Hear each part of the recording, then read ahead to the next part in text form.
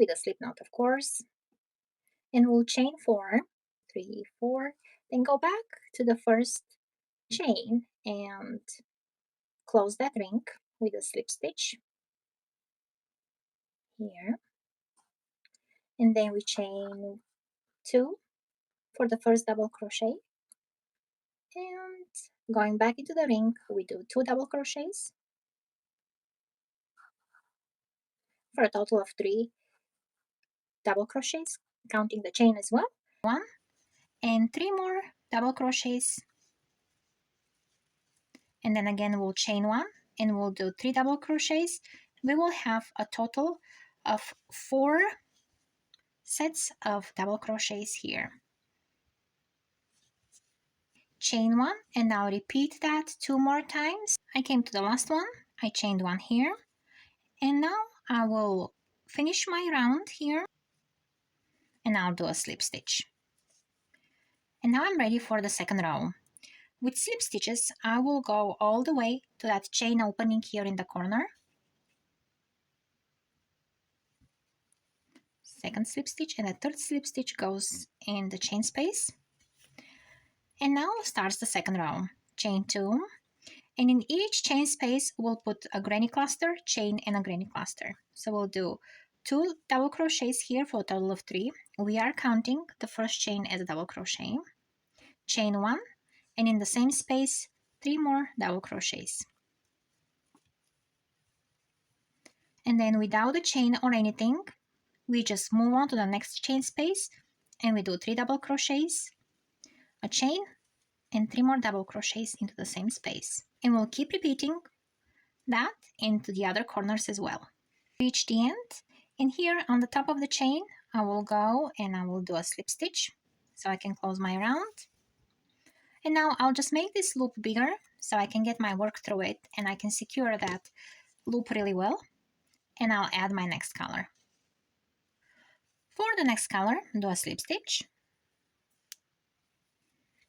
and go into that empty space we have here, or pick any one you like.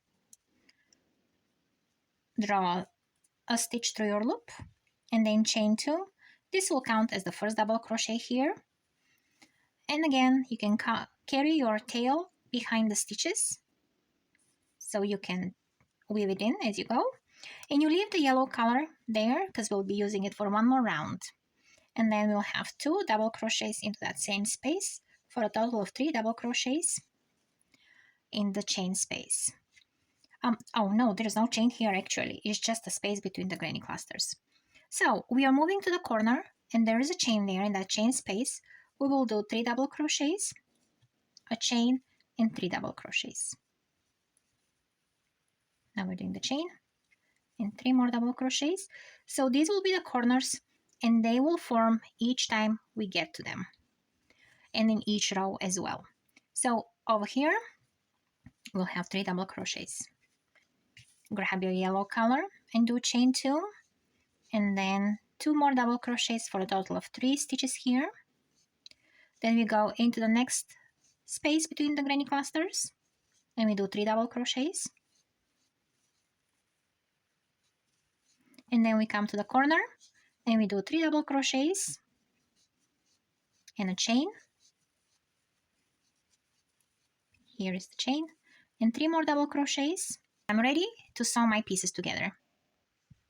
So the way we're gonna sew those pieces together is we have the sole of the slippers, and I did 2 rounds of the colored yarn I have for the sole, but you can do any way you want it.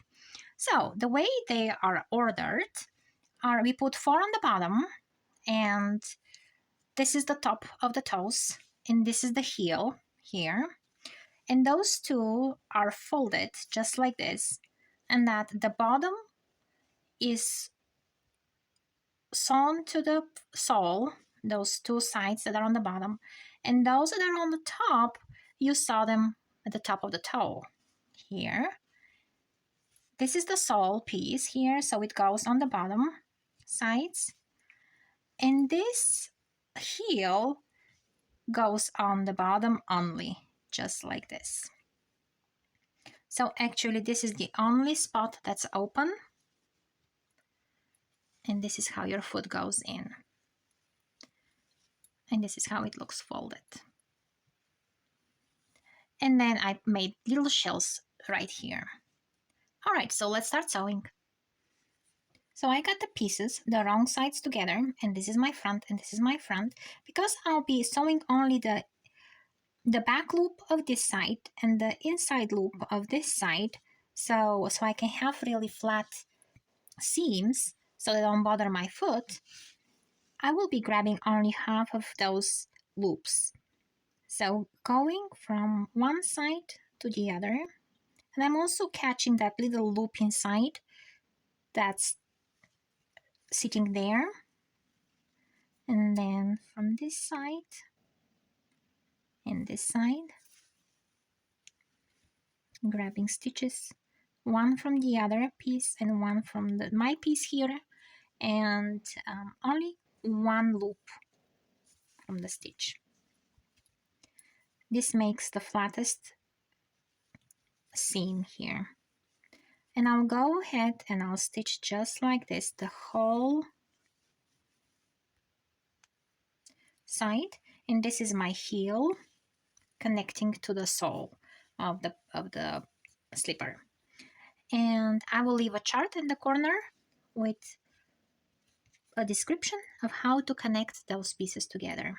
When I reach the corner, I actually do one knot here. I just get my needle through the chain spaces here. And then I wrap my yarn 2 times around it so I can have a knot. This way it prevents it from opening too much here. And when I go to the next piece, I'll do the same thing. This I need to connect to the bottom. So this is this part. So I will grab again the chain space through both of the pieces. And I'll make a new knot here. And this was through one of the pieces. Then I'll go through the other piece as well.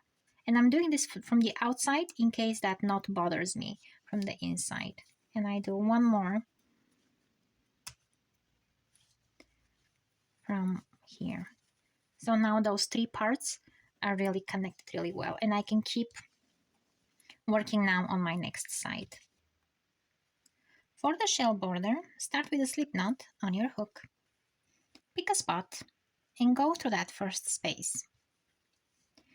Draw a loop and do a single crochet, trap the tail behind, and do 2 chains and 2 double crochets into that same space for a total of 3. Then go into the next space and do a single crochet there. And this is how our shell looks like all around here. We will do that. So we'll chain 2.